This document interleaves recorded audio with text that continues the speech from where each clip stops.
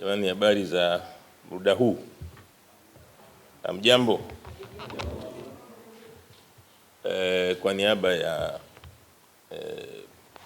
bodi ya Simba nimeona taarifa hii nizungumze mwenyewe kama mwenyekiti wa bodi ili ipate uzito inaostahili. Ya kwanza ni taarifa ya kuhusu kadi za wanachama. Tulikuwa tumepanga awali kwamba tungetoa kadi za wanachama tarehe 27 Machi, lakini zoezi hilo lilishindikana kwa sababu kulikuwa na kazi ya system yenyewe ya kutengeneza hizo kadi mpya ilikuwa haijakamilika, hasa kwenye maeneo ya ujazaji, kwa sababu zile branch zote ambazo zipo sasa hivi lazima ziingizwe kwenye mfumo, na baada ya kuingizwa kwenye mfumo baadaye sasa ndio wanachama wale waliopo sasa waweze wenyewe pia kuwa wa kwanza kupewa kadi, na wakati huo matawi mapya na wanachama wapya kupitia matawi yaliyopo waweze nao sasa kupata kadi. Zoezi hilo karibu linafikia mwisho. Tukishalimaliza zoezi hilo la kulodi matawi ambayo yapo, basi tutatangaza rasmi lini tutazindua siku ya kuanza kutoa kadi mpya za kisasa kwa wanachama wa Simba. Kwa hiyo niliseme ili wafahamu kwamba zoezi linaendelea. Ni kwa sababu ni kitu kizuri, kitu cha kisasa, kwa hiyo kilihitaji muda hasa kutengeneza database ambayo ni nzuri. Jambo la pili ambalo nilitaka nizungumze ni issue ya rufaa yetu ya mchezaji Mohamed Damaro. Kama mnavyofahamu, tulipeleka mashtaka kwenye kamati ya wachezaji na usuluhishi, nafikiri Kiswahili chake nimepatia, kuhusu huyu mchezaji. Sisi tulikaa swala hili tukatafakari kwa kina, tukasema ni swala ambalo halijakaa sawa, ni swala ambalo katika ushindani hakuna uwiano ulio sahihi. Ni kama klabu zinatengeneza njia ya kuongeza wachezaji wa kigeni bila sababu yoyote ya msingi.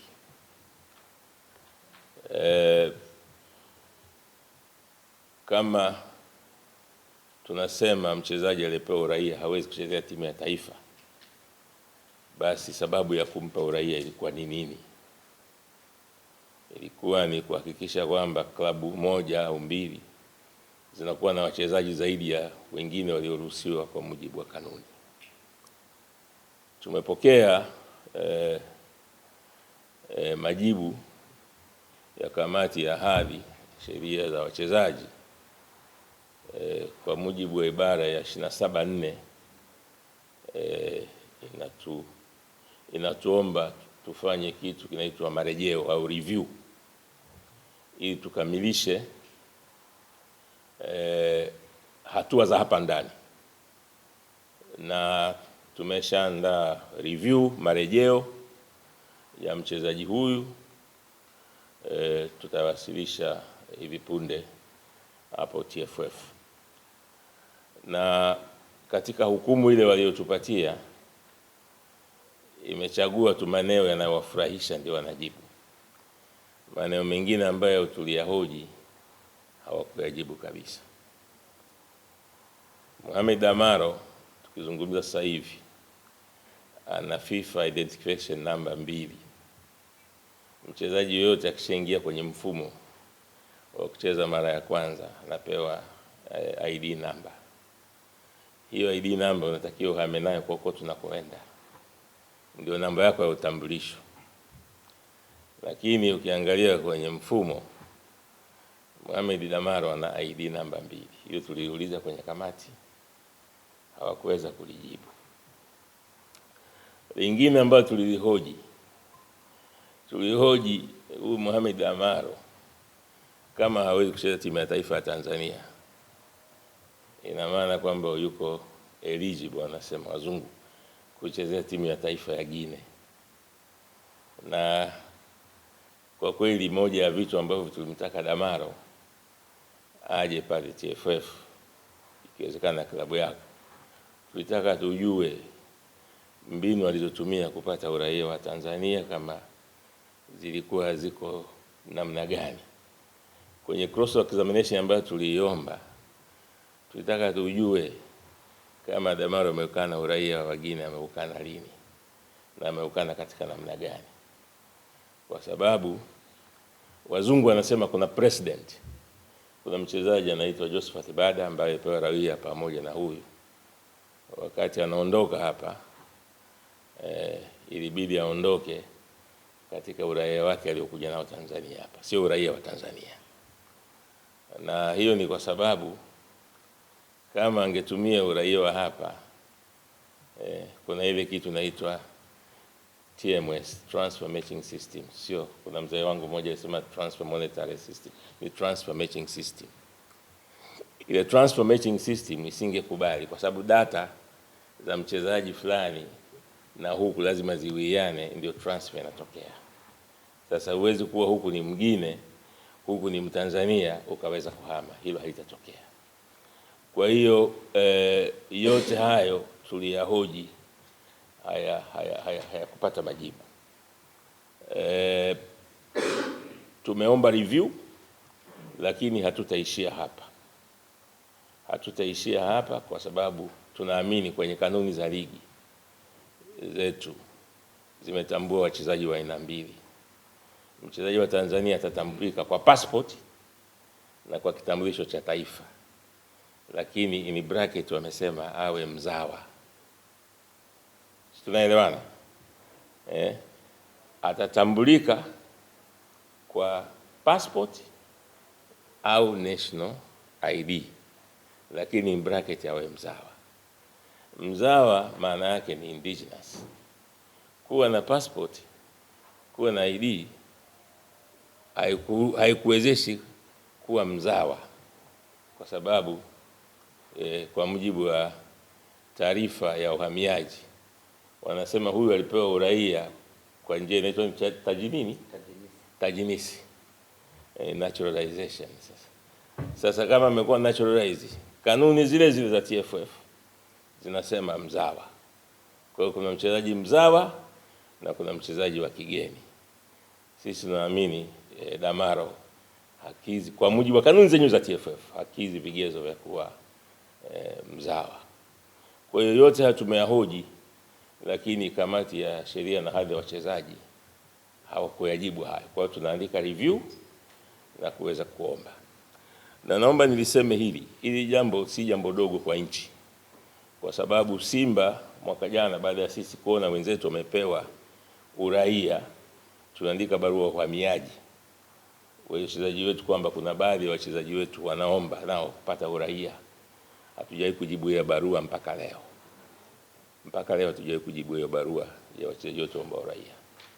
Kwa hiyo sisi tunaamini ligi kuu ya Tanzania ni brandi kubwa, ni product kubwa. Ikiwa haiko kwenye mizania sawa, inaleta vitu ambavyo vinaumiza na vitu ambavyo si vizuri. Kwa hiyo jambo hili sio tu tunaenda kasi baada ya review kama tutapata tunayotaka. Tunaandikia pia FIFA kwa sababu tunaamini kuna fraud. Fraud kwa Kiswahili inasemaje? Fraud tunasemaje kwa Kiswahili? Ni udanganyifu.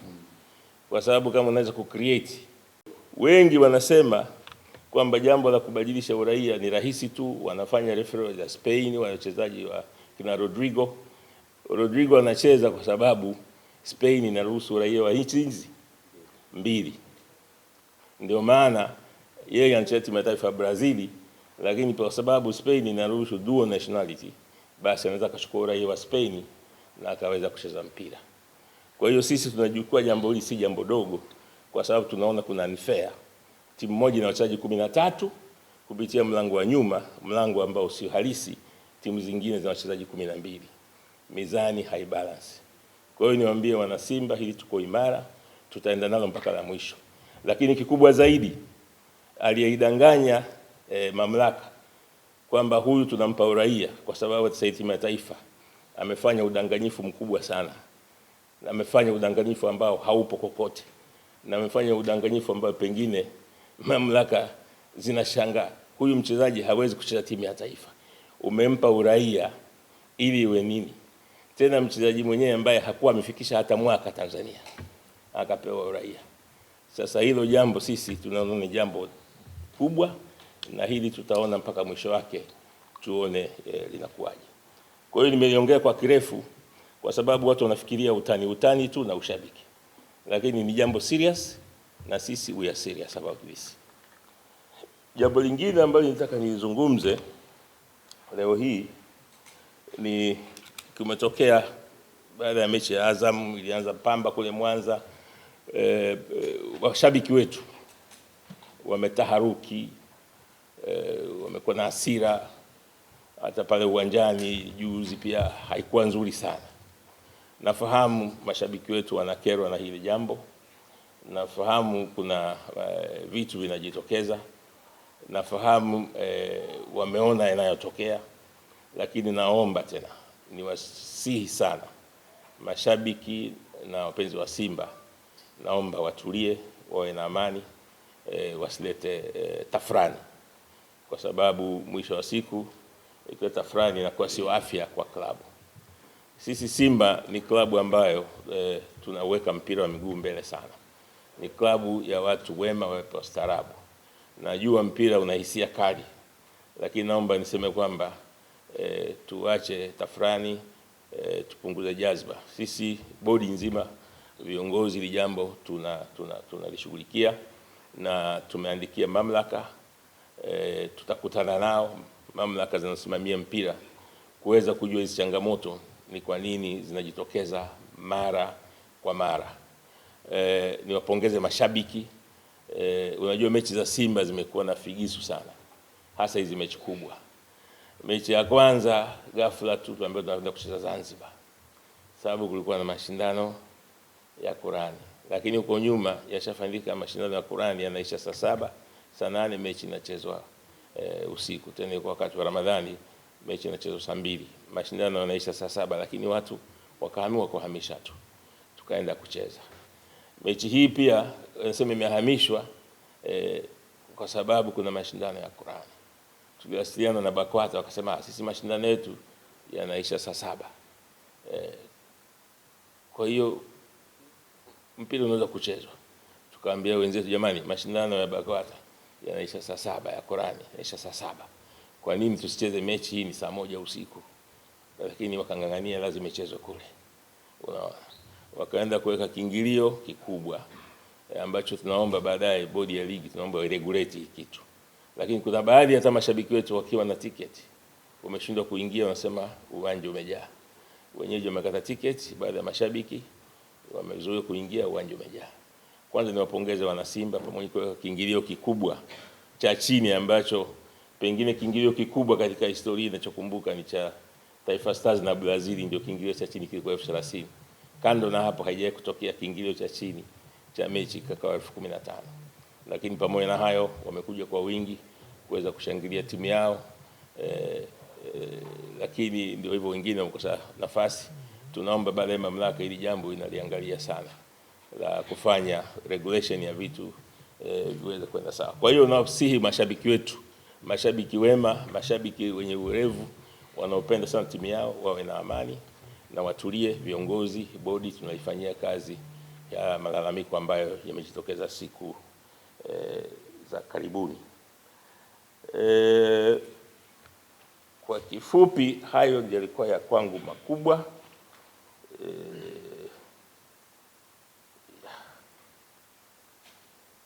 Hayo ndio yalikuwa kwangu makubwa. Na sasa nakaribisha maswali. Viingilio ni experience yangu mimi nikiwa TFF. Wengine wadogo hamjui. Mimi nilikuwa makamu wa rais wa kwanza wa TFF wakati wa rais akiwa Tenga. Unajua ligi ni ya TFF, ligi ni bodi ya ligi, yani ni product ya TFF. Kwa hiyo klabu mwenyeji anahusika na mapendekezo viingilio na vitu kama hivi, lakini mwisho wa siku maamuzi yanatakiwa ifanyike ni msimamizi wa ligi, mwenye ligi yake. Sasa mtu hawezi kuibuka leo kiingilio cha chini akaweka 100,000 anasema mimi ndio nimeweka. Na tunavyoelekea hivi, kama ikiruhusiwa, kuna siku pale mtu ataona mimi kwanza, huko mkoani kwanza mimi sina wapenzi, watakuja kujaa jamaa. Leo kiingilio cha chini 50,000 na mpira ni watu. Sasa kama hakitakuwa controlled, hii ndio inaanzaga hivi. Wamesema wenye sisi tuna mechi, si ndio wenye mechi. Atakuja pale mtu atakwambia bwana, nyie leo msiweke wekeni viingilio 100,000. Kwani mngepata shilingi ngapi? Tungepata milioni 60. Hiyo milioni 60 nitawapeni. Wewe weka kiingilio leo shilingi ngapi? 100,000. Mark my word, itatokea muda sio mrefu. Itakuja pale Simba au Yanga inatengeneza mkoani, kwani leo mngepata shilingi ngapi? Tungepata milioni 80. Hiyo milioni 80 nawapeni, wekeni kiingilio cha chini leo 120,000. Ataingia mtu? Hawezi kuingia. Kwa hiyo ligi ni mali ya TFF, ni product ya TFF. Matches mwenyeji wa mechi anapendekeza, anafanya lolote, lakini kuregulate inatakiwa mamlaka iregulate. Mamlaka iweze kuregulate hivi vitu viendane na wakati. Vinginevyo huko tunakoelekea, kwa sababu kusha set president kwamba mwenyeji ndapanga viingilio, mark my word, itakuja kutokea hapa mechi fulani nasema hapa leo kiingilio 200,000, usinipangie, mimi ndio mwenyeji. Kwa hiyo sio jambo ambalo linaweza kwa hiyo ni vizuri bodi ya ligi wakawa ni regulator wa hivi vitu hivi kwenye uhalisia. La pili, sisi hatuna ugomvi na idara ya uhamiaji. Ndio maana nasema sisi tuliona kumbe kuna mchezaji anaweza kaa mwaka akapata uraia, tuliandika barua kwamba na sisi kuna wachezaji wetu wanataka kubadilisha uraia, lakini hatukujibiwa barua mpaka leo. Sisi uraia ni mamlaka ya serikali watoe, lakini sisi kwenye mpira una sheria zake na kanuni zake, na uzuri kanuni ya ligi zenyewe za TFF za 2025 zinasema mchezaji mzawa na mgeni. Mchezaji mzawa anatambulika mchezaji kwa national passport yake au national ID, lakini ni bracket awe mzawa. Sasa kama mzawa wa Kiingereza ni indigenous, nenda kafungue kamusi au Google kamusi. Mzawa maana yake nini? Ni indigenous original, aliyezaliwa pale. Damaro hawezi kuwa mzaliwa pale. So kanuni zenyewe za TFF zinasema hivyo, na kamati haikuwa address kwenye hilo jambo, haipo. Nenda kafanye ka Google, nenda even kwenye za statute za FIFA. ID ya mchezaji anapoanza kucheza mpira, kisha ingia kwenye mfumo, inatolewa moja, unatakiwa move nayo kokote tunakwenda. Hivi tunavyoongea, ID ya Damaro aliyekuja nayo Tanzania na hii anayocheza nayo Yanga ni tofauti. Kwa hiyo Damaro ana ID FIFA ID mbili. Hii ni fraud. Nimejaribu kuangalia kwamba hairuhusiwi. Kwa nini amekuwa na mbili? Ni kwa sababu ni fraud. Sasa tunataka tueleze hayo imekuwaje. Hilo hawajalijibu. Kwa hiyo tumeomba review wayajibu hayo, kwa sababu hayo ndio tutakwenda nayo CAS. Lakini hili lingine tunalohisi kwamba kuna vitu haviko sawa, tutaandika FIFA pia wafanye uchunguzi, kwa sababu kwenye whistleblowing policy ya FIFA ukiripoti kitu ambacho unahisi can bring the game into disrepute, wanakuja kufanyia kazi. Kwa hiyo tutaripoti FIFA waje wachunguze why FIFA ID mbili, why unataka kukiuka nini, unataka kuruka nini. Kwa hiyo sisi serikali na mamlaka yake imetoa, ina sababu zake, ingawa zinashangaza kidogo kwa mcheza mpira. Maana Damaro amekuja Tanzania kucheza mpira, sio kama na biashara nyingine. Alafu hawezi kucheza national team. This discretion yao, pengine na sababu nyingine ambayo si hatuijui kwa nini wampa uraia, lakini hawezi kucheza national team. Wengine wamempa uraia acheze club, which sounds well. Haizungumziki vizuri kwamba unampa uraia mtu ambaye ana chini ya mwaka, alafu hawezi kucheza timu ya taifa, lakini anaweza kucheza club. How? Lakini mamlaka ya watu, sisi tuko kwenye mpira, kwenye kanuni zao za TFF, lakini pia kwenye kanuni za FIFA. Hiyo ndio tunazungumza. Bwana Isike Fred, maswali mazuri tena bora umeuliza. Eli Mpanzu mkataba wake wa sasa unaisha Septemba. Auishi hata Juni, unaisha Septemba 18.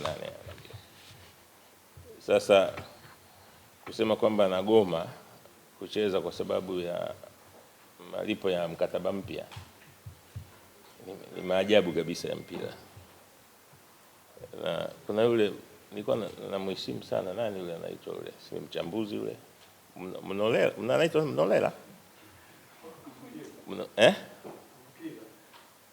wa mtu anaitwa Mnolela, si Mnolela, ndio nimemsikia Mnolela, ana hoja nzuri sana yule bwana, lakini sasa akawa anazungumza kwa uhakika. Mimi kashangaa sana. Kwanza katika wachezaji wenye discipline, Eli Mpanzu ni disciplined player, very disciplined, na imemuuma sana kwanza kukosa hii mechi ya Azam, alikuwa anaitamani sana. Tunakumbuka mechi iliyopita aligonga mwamba mara ngapi ile, ngombe zake anapiga, yani alikuwa anaitamani sana, hata dakika 20 angeingia, lakini ilishindikana. Hayo ni maneno ambayo hayana kichwa wala miguu. Eli Mpanzu anaumwa, amerikava vizuri, na kutegemeana na mazoezi atakayofanya Arusha. Umeona amesafiri kwenda Arusha, atakayofanya Arusha sina hakika sana na mechi ya tarehe 9 kama anaweza akacheza, lakini pengine mechi zinazofuata kama mwalimu, kwa sababu ya train sasa ni zaidi ya wiki haja train, atacheza. Kwa hiyo hayo ni maneno tu ya nani, na in fact nilipata hasira, nikamwambia sio, hebu nikamwandikia, hebu wachukulie hatua watu wa TV na wathibitishe kwamba hayo wanayosema ni kweli kuhusu Eli Mpanzu. Na sio kama ameshaandikia hiyo TV, hiyo ni TV gani ambayo ilikuwa imezungumza ya maneno, wathibitishe hicho wanachosema kama ni kweli. Wakishindwa kuthibitisha, sasa tuone tunafanya nini. Ni uongo tu. Wacha nakuja kwa Loemba. Kwanza Loemba hajaletwa na Jeruti. Nani kasema Loemba kaletwa na Jeruti?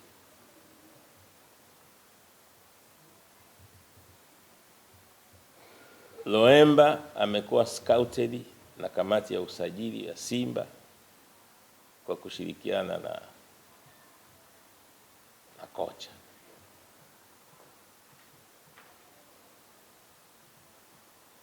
Ila mkataba wa Jeruti unasema atalipia mchezaji. Kwa hiyo ungemlipia Aura, angekuwa Aura ni mchezaji wa Jeruti. Na Loemba ndio alikuwa mchezaji wa mwisho kusajiliwa. Kwa hiyo tukamwambia Jeruti, wewe si mkataba unasema ulipie mchezaji mmoja. Sisi ndio tulisema mlipie Loemba, sio mchezaji wa Jeruti. Kwani Mohamed anavyolipia wachezaji ni wachezaji wa Mohamed? Si usajili wote analipaga hela za Mohamed. Kwa hiyo wachezaji wote ni wachezaji wa Mohamed.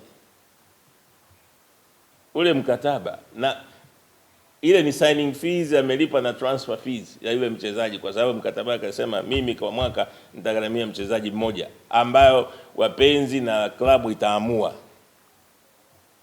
Sasa tangu lini amekuwa mchezaji wa Jeruti? Jeruti amelipa mshahara?